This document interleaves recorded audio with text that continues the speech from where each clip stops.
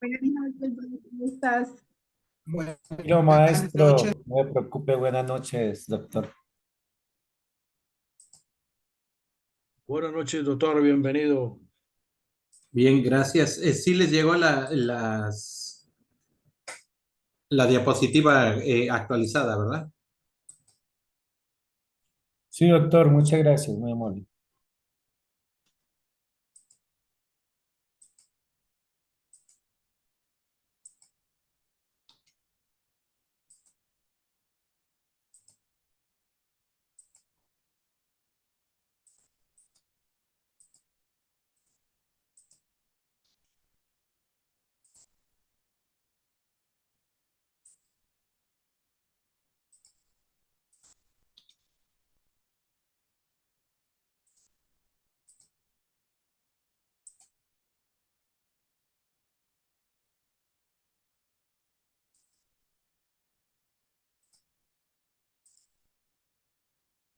Bien, ahorita vamos a ver el tema de la prueba en general en materia civil.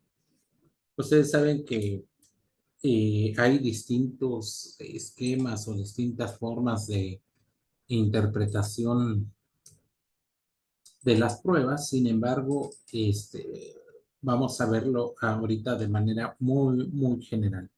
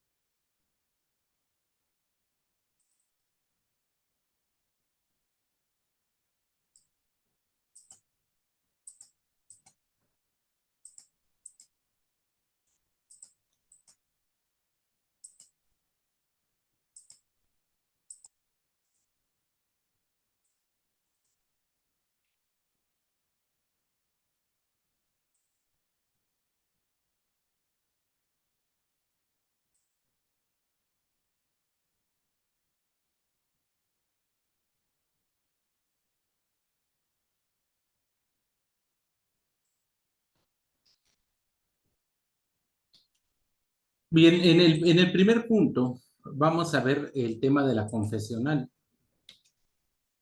que básicamente quedaría de la siguiente forma.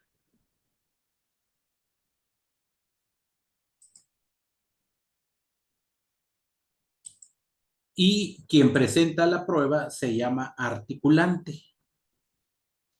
Quien contesta las preguntas se llama absolvente. Desde luego se va a solicitar la absolución de posiciones de manera personalísima sin representante alguno. Entonces aquí podemos ver que para absolver posiciones en una persona jurídica, es decir, en una empresa también se le puede solicitar la absolución de posiciones, pues debe cumplir ciertos requisitos. Y uno de esos requisitos es precisamente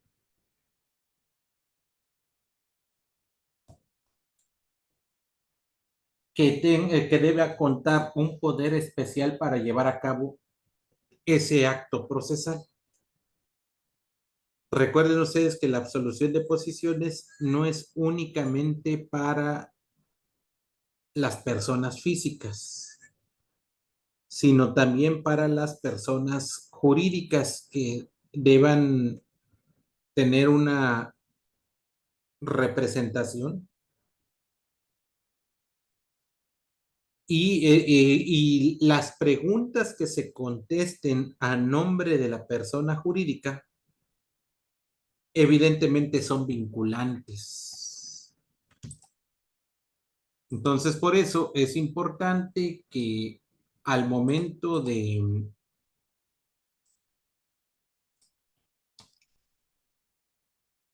que se tenga a una persona jurídica como demandada o a una persona jurídica como reconvenida o incluso a una persona jurídica como parte actora, pero que no sea el presentante de la prueba, sino quien deba contestar el contenido de dicha prueba,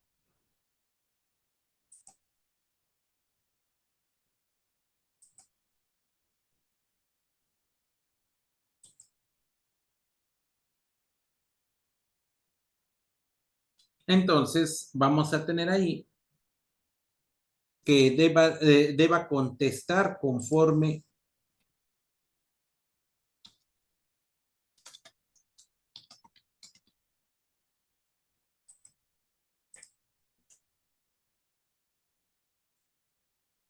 a lo que el poder notarial le especifica. A ver, tomen en cuenta que se puede presentar el pliego de preguntas y se solicita que se califiquen de legales. En este caso, quien va a calificar de legales las preguntas es el juez y en su caso a través de la federación del secretario de acuerdos. Cada una de las partes, cuando presentan su cuestionario, se pueden reservar el derecho para articular nuevas preguntas en audiencia. Y el juez califica las preguntas de legales o no legales. Si son idóneas y pertinentes, que no sean confusas, que no sean compuestas, que deba tener una pregunta por cada hecho y sobre todo que tenga claridad con la cuestión de los hechos. El absolvente puede contestar sí o no y en su caso una breve explicación. El objetivo es de que se hagan preguntas cerradas, sugestivas y seguras, de tal manera que no deje el margen de interpretación. Recuerden ustedes que en caso de no comparecer, entonces se entenderán confesos de los hechos con relación al pliego de las preguntas. Tomen en cuenta que aquí cuando el absolvente comparece y al momento de que va a ser interrogado, no va a estar.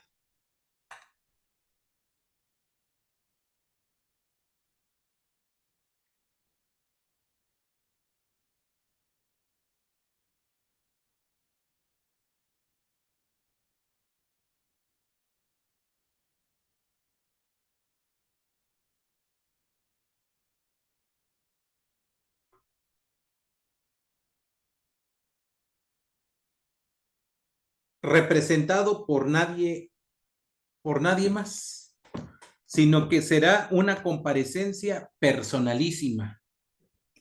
Entonces, aquí el objetivo es de que la parte oferente de la prueba obtenga la confesional de manera sencilla.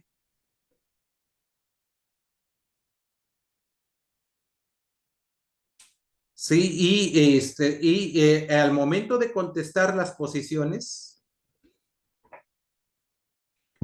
pues evidentemente se tiene que establecer las respuestas de manera puntual. Recuerden ustedes que contra la calificación de las posiciones por parte del órgano jurisdiccional, es claro que no procederá ningún recurso. Por tanto, es de especial cuidado que la parte absolvente escuche muy bien el contenido de la pregunta al momento de contestar. Porque una vez que se haya contestado, entonces se entenderá como cierto Y en caso de que se retracte de esa contestación, como lo están haciendo en ejercicio de sus funciones,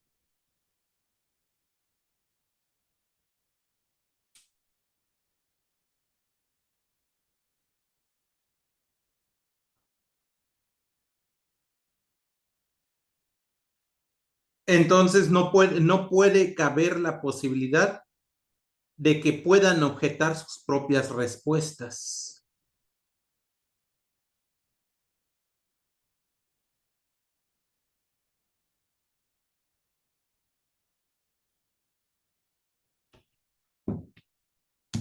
Ahora bien, eso es en cuanto hace a la confesional. Sin embargo, también podemos entender que algunos códigos procesales civiles, en el caso del mexicano sí lo trae o contiene la declaración de parte.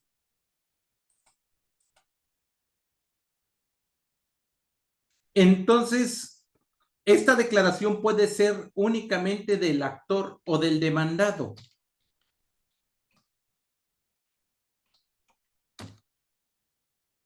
Y se pueden realizar, digamos, manifestaciones libres o a través de preguntas como si fuese un testigo. Aquí la parte contraria tiene derecho a preguntarle al declarante. Y siempre que existe el interés jurídico, a diferencia del testigo que es totalmente imparcial.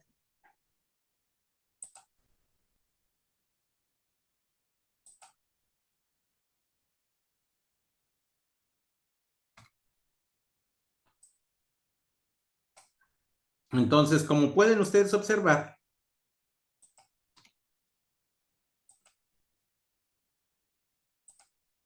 aquí no puede haber tacha de la declaración de parte, porque es el actor o el demandado quienes van a contestar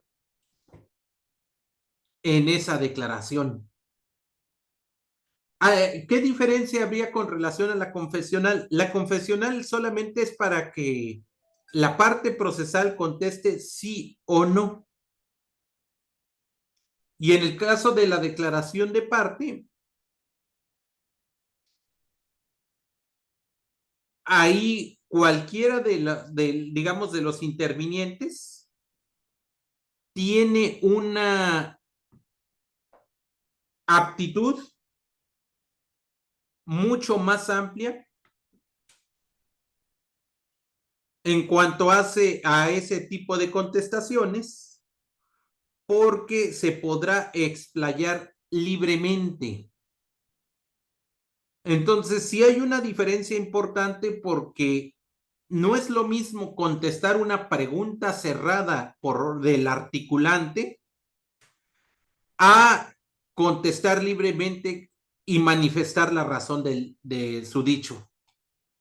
Entonces, por eso, digo, en el caso del Código Procesal Mexicano, el nacional sí lo trae, los estatales que todavía están en vigencia, no todos traen esa posibilidad, sino la única forma de declarar es a través de la confesional por absolución de posiciones.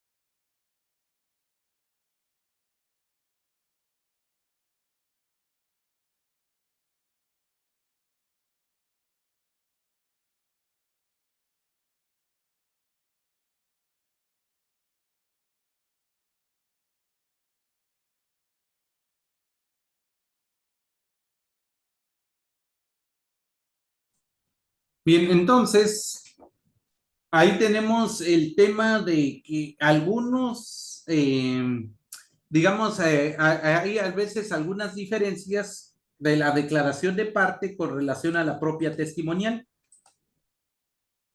¿Sí? ¿Por qué? Porque la prueba testimonial, a diferencia de la declaración de parte, el testigo es imparcial.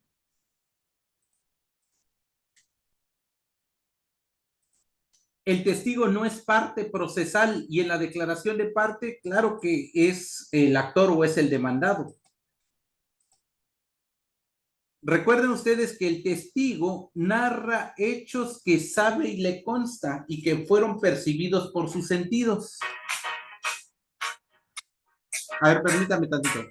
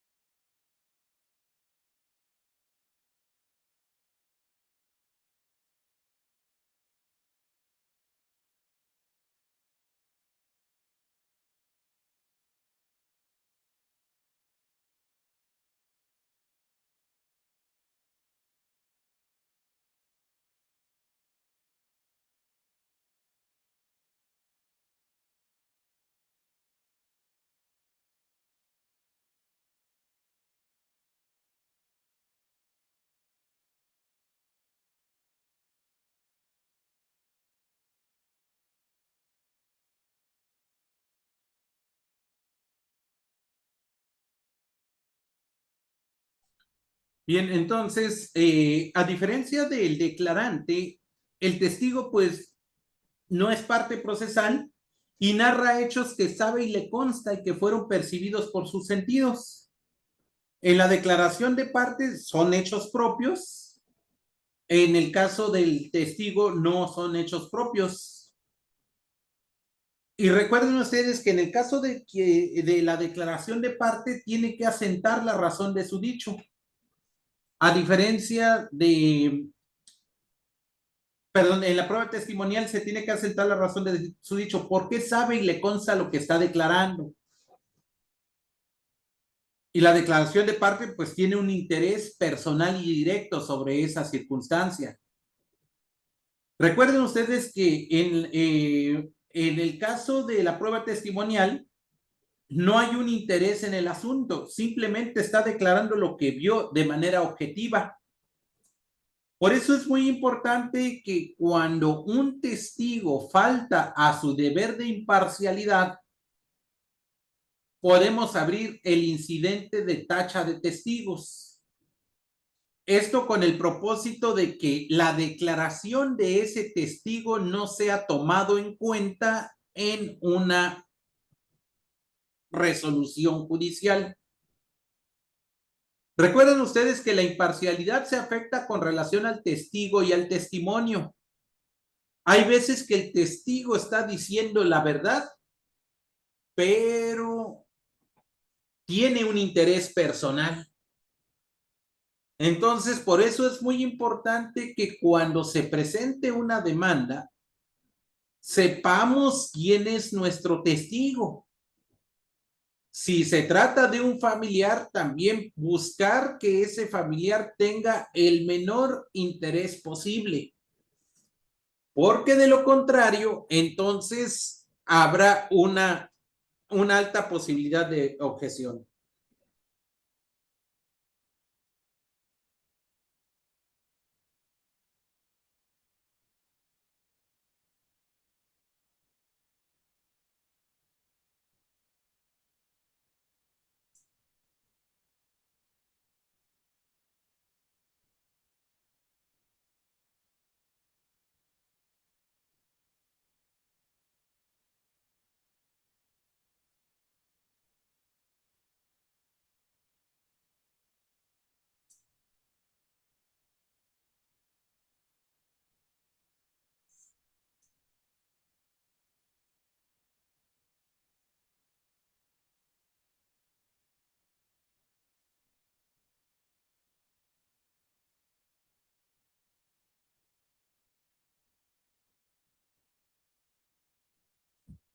Entonces, aquí en el caso de la prueba testimonial, siempre se ha considerado como la reina de las pruebas en los procesos judiciales, principalmente porque la prueba testimonial es la que se percibe por parte de los ciudadanos.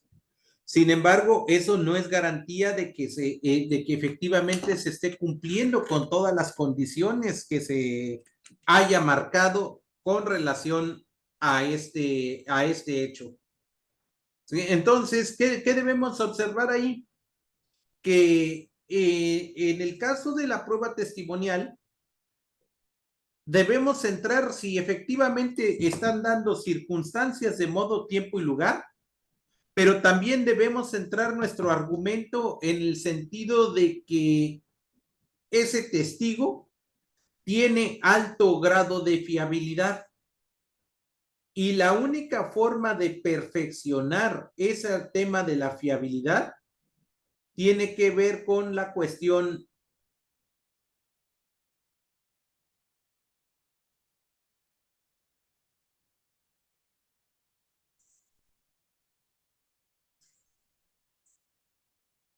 de que lo que está manifestando es totalmente susceptible de demostración con pruebas de perfeccionamiento.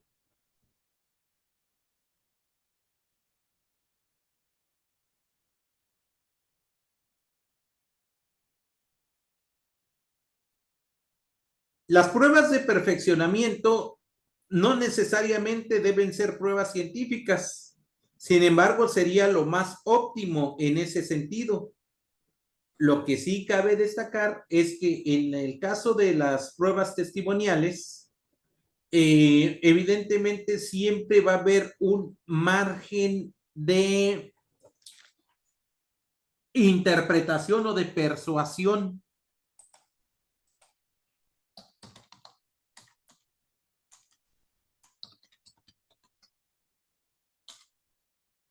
Y claro, esto va a generar, digamos, algunos criterios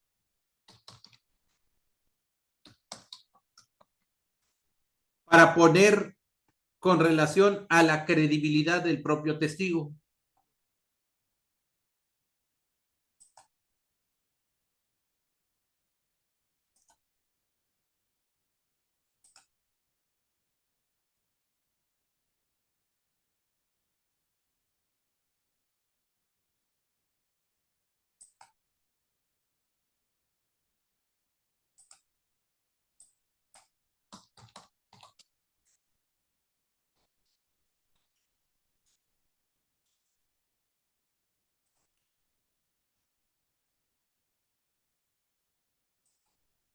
Ahora, con relación a lo que nosotros llamamos psicología del testimonio,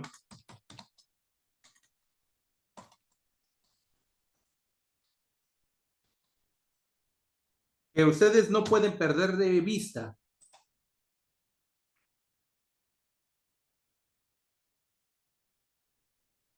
Licenciado, Adelante.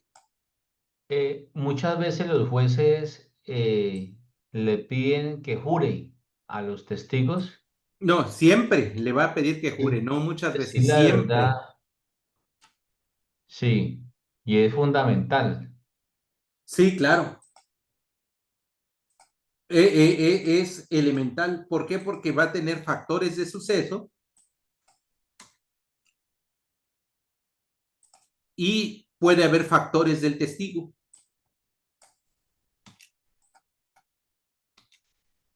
Y claro, desde no solamente el testigo, sino también la parte procesal se tiene que conducir con verdad y se le toma la protesta de ley para que ya sea dependiendo la legislación en el nombre de Dios o algunos en el nombre de la ley o con la constitución en la mano, como ustedes quieran establecerlo, deben mencionar esas circunstancias.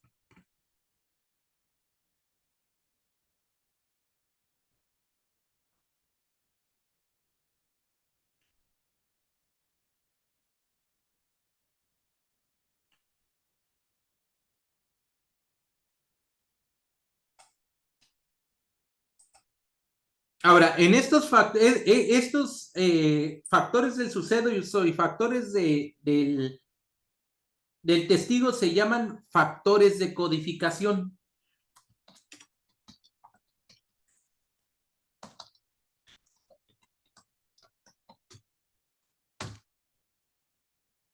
Y son aquellos que inciden en los procesos perceptivos y de atención, los cuales pueden dividirse en factores del suceso y factores del testigo.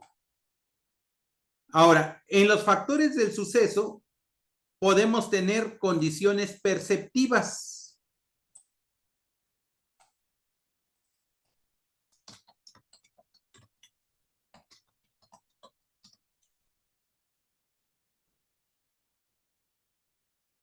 También podemos tener información de características especiales.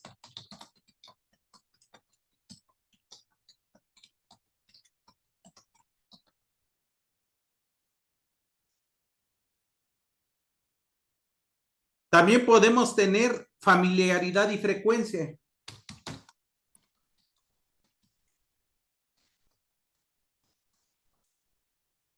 Y desde luego el tipo de suceso.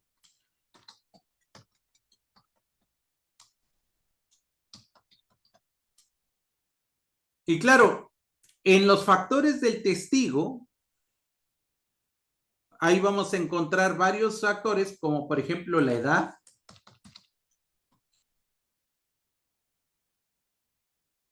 las expectativas y estereotipos,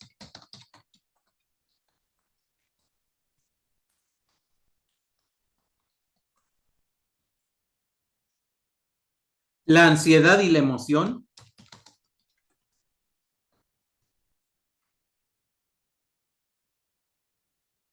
la emoción y la memoria,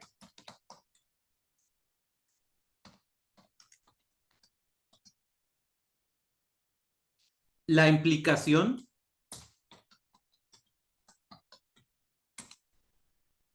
y claro, aquí vamos a tener el entrenamiento. Hay veces, por ejemplo, las drogas y los factores de retención y recuperación, que esos los vamos a detallar más adelante. Ahora, en las condiciones perceptivas, pues vamos a ver la percepción del color,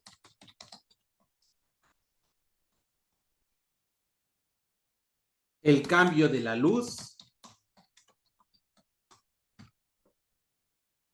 la percepción de objetos,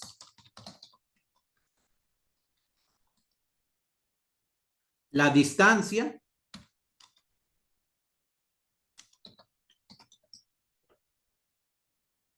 perspectiva y frecuencia,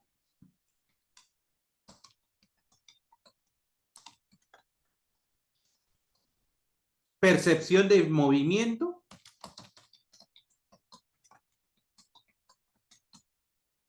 y percepción auditiva.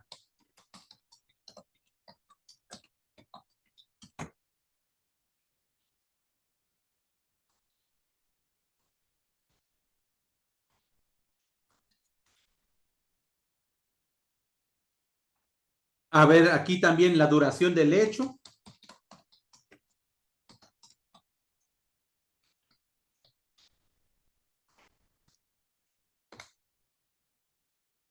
El dolor, si tuvieron.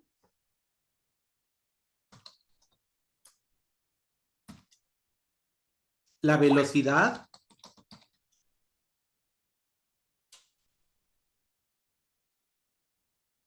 La datación. Y detalles frecuentemente omitidos.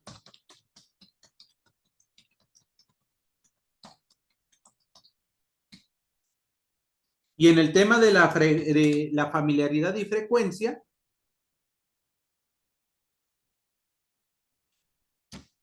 si ha participado en algún otro proceso judicial o no.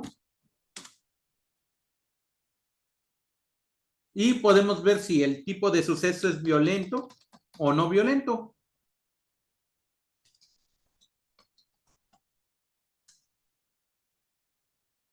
ingresó a un domicilio de manera violenta o no violenta, por ejemplo.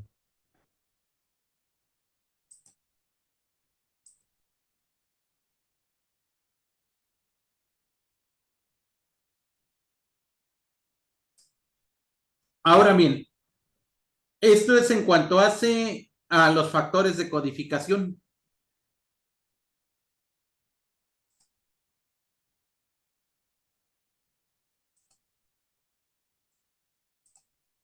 Y ahora tenemos también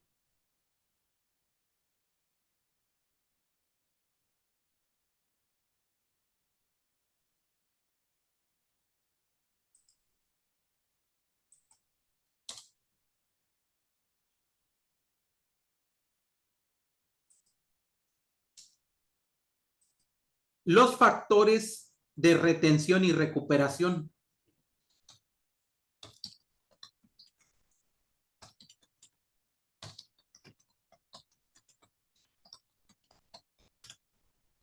Aquí también podemos encontrar, por ejemplo, la demora o el paso del tiempo desde que se presencia el hecho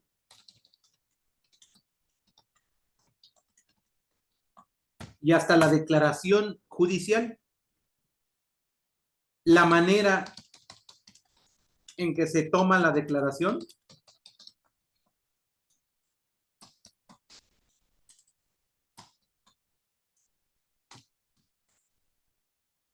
la recuperación múltiple del recuerdo,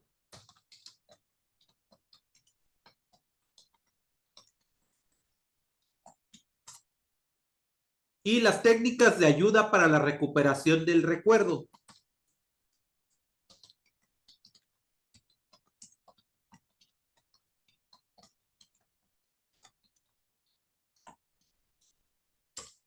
Y las falsas ayudas para la obtención de la declaración.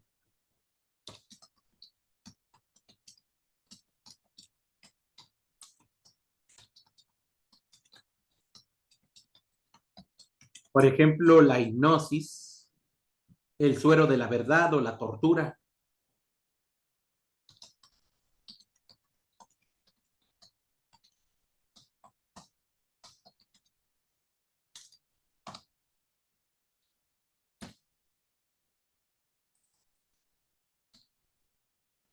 Entonces, son varios factores que tienen que ver con la cuestión de en la psicología del testimonio.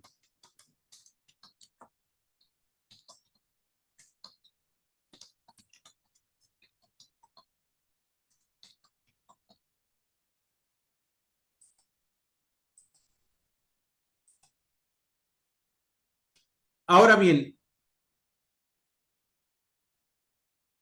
así dado que se puede emerger un sinfín de factores que inciden en la exactitud del recuerdo, la prueba testimonial, desde un enfoque racional, debe apreciarse a partir de un esquema, digamos, no de presunciones, porque como ustedes pueden observar, el testimonio es sumamente falible. De ahí que es indispensable que se encuentre corroborado, al menos periféricamente, con otros elementos. Entonces, aquí es importante que si concurren los factores de codificación, retención y recuperación del recuerdo, o a manera de criterios negativos, o a causa de que, digamos, de que la presencia de algunos de esos factores será indicativo de la poca o nula fiabilidad del testimonio, entonces quiere decir que la prueba testimonial no se le puede considerar un grado de confirmación elevado.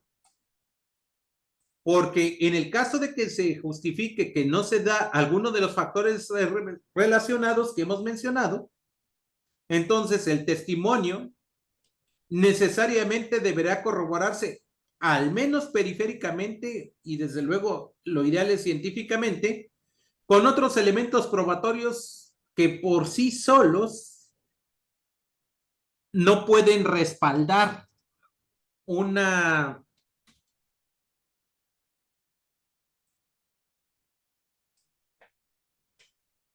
un alto grado de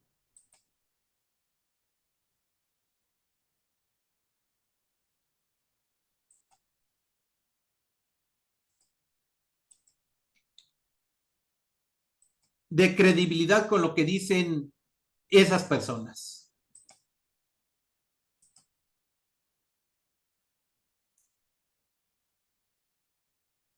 Incluso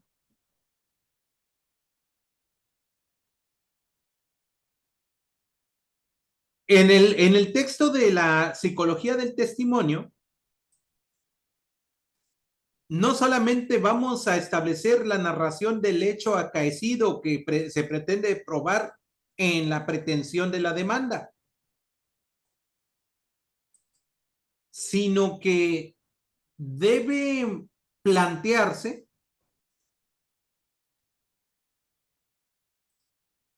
como una prueba complementaria y no como una, digamos, como un factor base de la acción.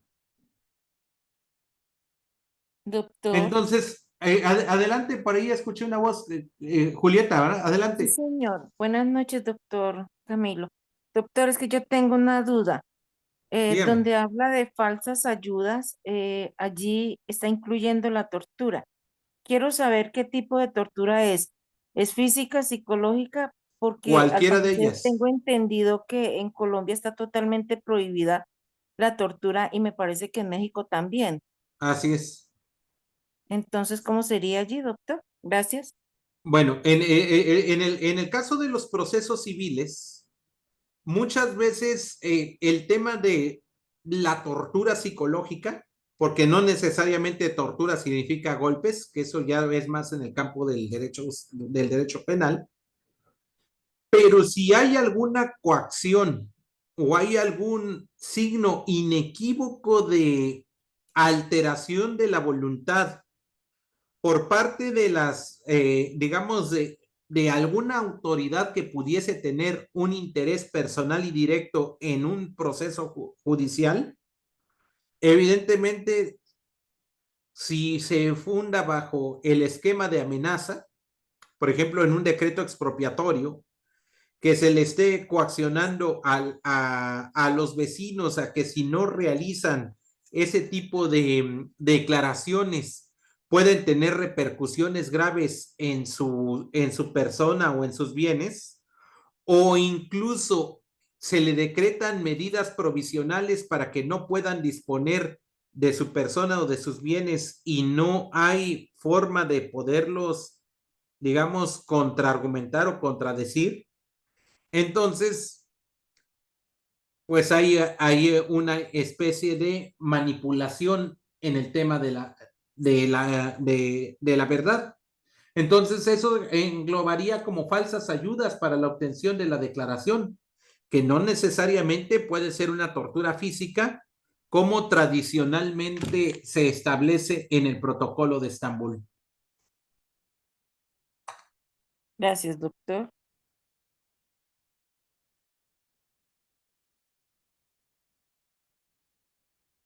Entonces, digo, esto es de manera muy sintética, muy concreta. Evidentemente hay muchísimos libros de la psicología del testimonio. Marina Gascón, yo creo que es de las personas que más ha trabajado sobre el tema de la psicología del testimonio. La doctora Carmen Herrero de la Universidad de Salamanca también ha trabajado sobre el tema de la psicología del testimonio y la afectación en los procesos civiles. ¿Sí? Es decir, la psicología del testimonio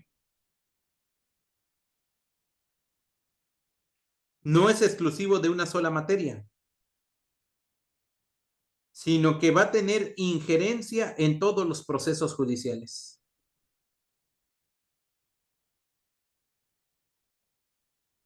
Y ahora se considera como un factor ponderante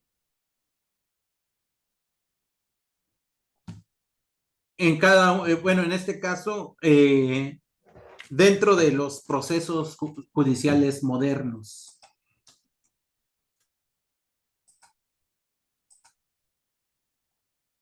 También tenemos el tema de la prueba pericial.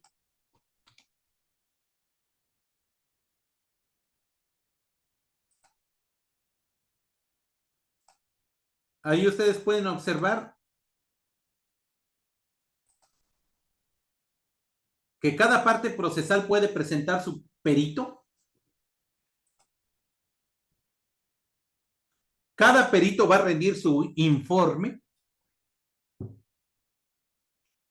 Y en caso de que existan informes contradictorios, el juez puede nombrar un perito tercero en discordia.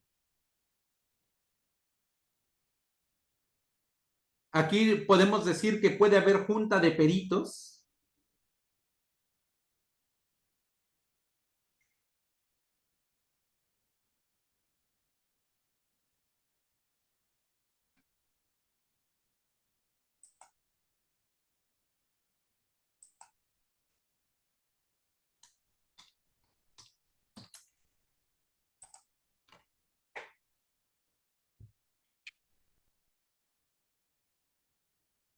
Y en ese tema de la junta de peritos, evidentemente, tanto el perito de la parte actora como el perito de la parte demandada, y en su caso, el perito que haya designado el órgano jurisdiccional,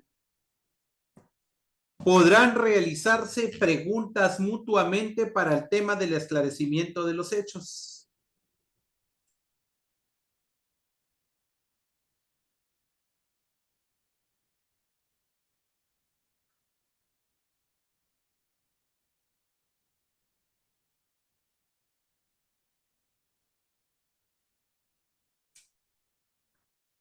Y recuerden ustedes que los peritos se les pregunta con apoyo de consultor técnico o puede ser directamente las preguntas.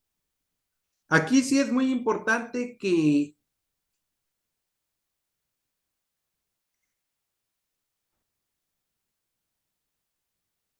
a los peritos nos ayuden a la preparación de las preguntas previas a la audiencia.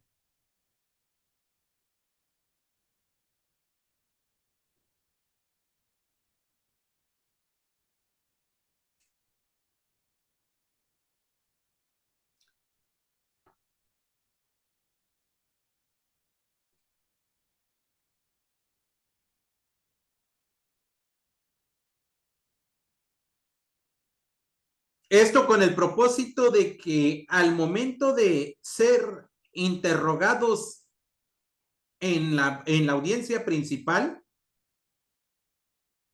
no se caigan en contradicciones.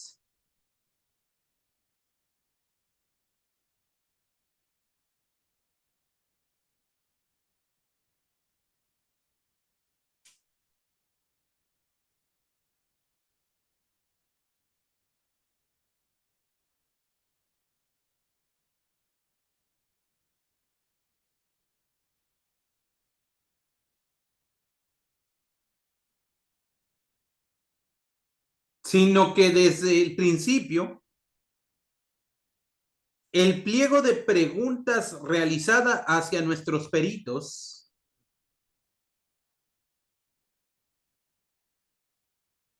cumplan con el tema de la pertinencia y la idoneidad.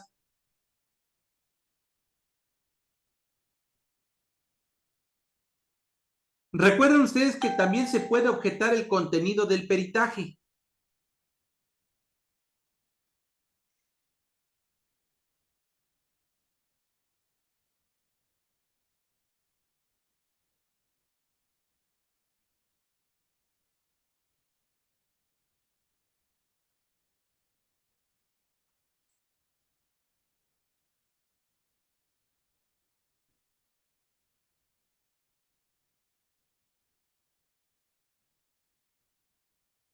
Y aquí el peritaje se debe preparar Inclusive lo recomendable es desde antes de la presentación de la demanda.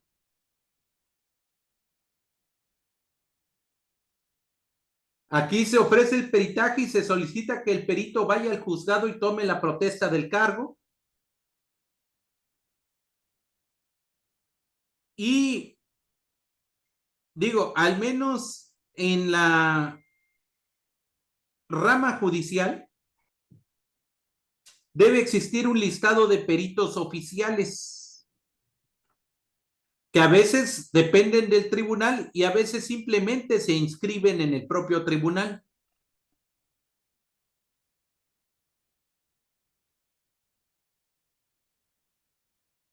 Entonces, también aquí se puede presentar peritos externos con cargo al presentante de la prueba. Es decir, si no estoy de acuerdo con el criterio del tribunal o no estoy de acuerdo con el criterio de la contraparte, puedo atacar la metodología del perito con un perito que presente una opinión técnica con relación al objeto de la pericia. Y aquí es muy importante dividir porque también se puede objetar en cuanto hace a la experiencia o a la experticia de los peritos. Por eso es muy importante que debe contar con la documentación que acrediten ambos factores.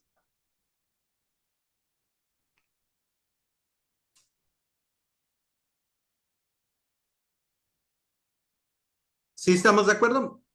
Entonces, adelante por ahí, Giovanni. O sea que en varios peritos se puede armar una controversia entre ellos. Sí, claro. Sí, porque no solamente lo que diga un perito, eso es. Licenciado, entonces, o sea, ¿a quién se le daría la razón en caso al perito que tiene el tribunal o necesariamente tendrán que llegar a un acuerdo entre No. todos? Puede cada uno mantenerse en la razón de su dicho. Y el tribunal puede determinar a quién le da mayor peso o credibilidad, que puede ser al perito del actor, al perito del demandado o al tercero en discordia. Muchas veces en la junta de peritos, los mismos peritos se ponen de acuerdo y llegan a una solución. Pero hay veces que cada perito dice, me mantengo en la razón de mi dicho y no cambio mi opinión. Entonces será el órgano jurisdiccional el que le genere mayor convicción en dónde va a tomar esa decisión. Entonces, no sé si hayan escuchado de que algunos doctrinarios se especifican que el juez es el perito de peritos, porque bajo plenitud de jurisdicción y al momento de tomar la decisión judicial en la sentencia, el juez puede decir, para mí me genera plena convicción lo que está diciendo el perito de la parte actora. O simplemente no tomo en cuenta ninguna pericial y resuelvo conforme al resto del cauce probatorio. Entonces, la prueba pericial nos puede dar un indicativo. Claro, hay pruebas judiciales que prácticamente son irrefutables, por ejemplo, en el reconocimiento de paternidad. Sin embargo, si se establece que existen errores en la metodología del perito en el reconocimiento de paternidad, entonces se puede objetar ya sea el contenido del peritaje o a la credibilidad del propio perito. Entonces, por eso podemos atacar al perito o al peritaje. Así como en el testigo podemos atacar al testigo o al testimonio. ¿Sí estamos de acuerdo?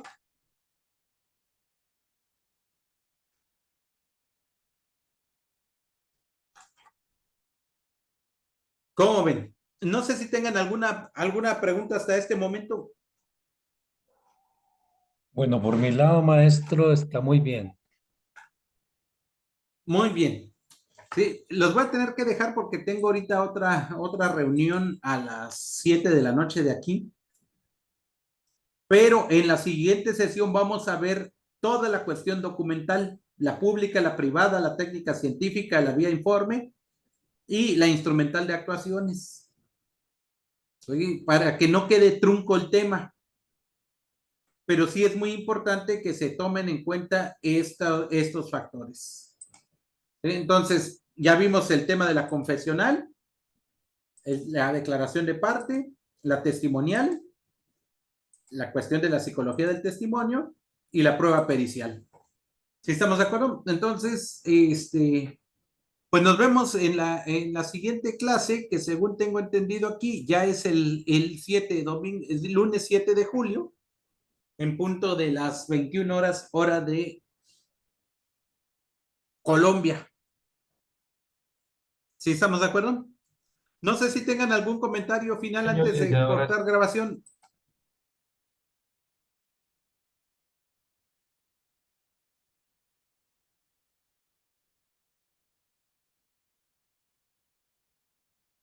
Muchas gracias, doctor, muy amable. Bueno, gracias. Entonces nos vemos en la próxima sesión del próximo lunes a las 9 de la noche, hora de Colombia, 8 de la noche, hora de México, 7 de la noche, hora de Sonora. Gracias, compañeros. Gracias, doctor. Feliz noche. Muchas gracias, Feliz doctor. noche. Buenas noches.